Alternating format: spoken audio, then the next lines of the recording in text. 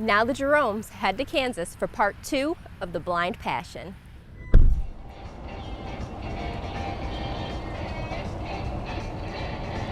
Well, we killed a nice Osceola down in Florida. Now it's just a couple weeks later, and we're headed out to Kansas, but this time we're taking the truck. When you think of Kansas, you automatically think of big white-tailed deer. And when we went into this store, all we saw is just great big deer mounts all over the walls, and we can only hope that the turkey hunting's half as good as the deer hunting. Well, we goof around a lot, but when we saw that vest on the shelf, we just couldn't resist. My boys like to pick on me quite a bit, and I was actually going to buy that vest before they told me it was pink. It fit me pretty good. Well, after having a couple good laughs with Dad in the store, it was time to finally go meet a guy named Jack Mull. Now, I've only talked to him on the telephone, but he has told me a great deal about his property. He said it's an unbelievable place to kill turkeys, and we can't wait to get there. Bob and Jack's farm, it says up there. When we finally got to the ranch where we were going to hunt these turkeys, we met Jack Mull. And Jack is an extraordinary guy. He's a doctor by trade, and what he's done to that property is unbelievable.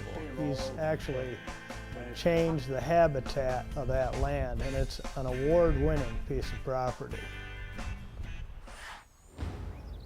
The morning before the opening day, we picked a hill out to stand on so we could listen at the field where we were going to hunt. We were 400 yards from the field that we could hunt. When the sun came up, it was one of the most amazing things we've ever seen. Turkeys just started to come into the field. We could hear birds gobbling out in the distance, and we knew if we did things right that this was going to be a slam dunk. Well, we thought we were far enough away. Without ever making a call or anything, we had them within gun range. Heck, we had them within bow range. And there was 6, 8 adults out here in front of us.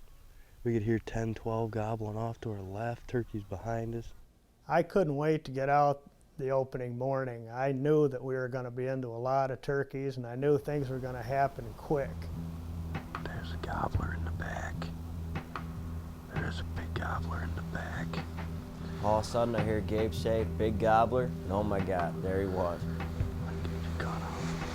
My son Gabe could see several different gobblers working this field. He was interested in one that was to our right.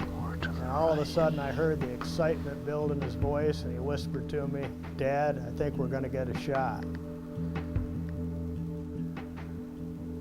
We had already made our mind up we were going to try to kill this big turkey.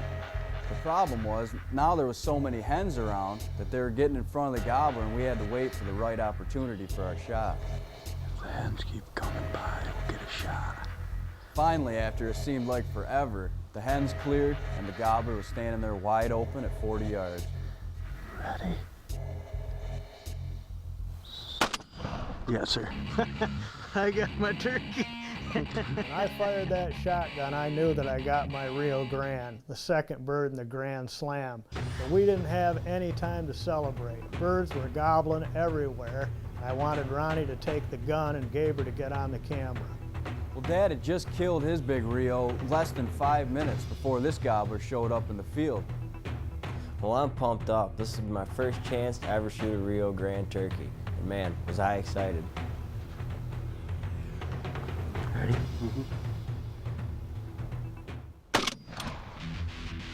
I've hunted a lot of turkeys in my life, but that moment when Ronnie got his Rio Grande too, that was one of the proudest moments of my life, one of the best hunting experiences that I'd ever been on. I was awful proud of those two boys. Well, we're 2 birds down in the Grand Slam, just 2 to go. Next stop, Wyoming.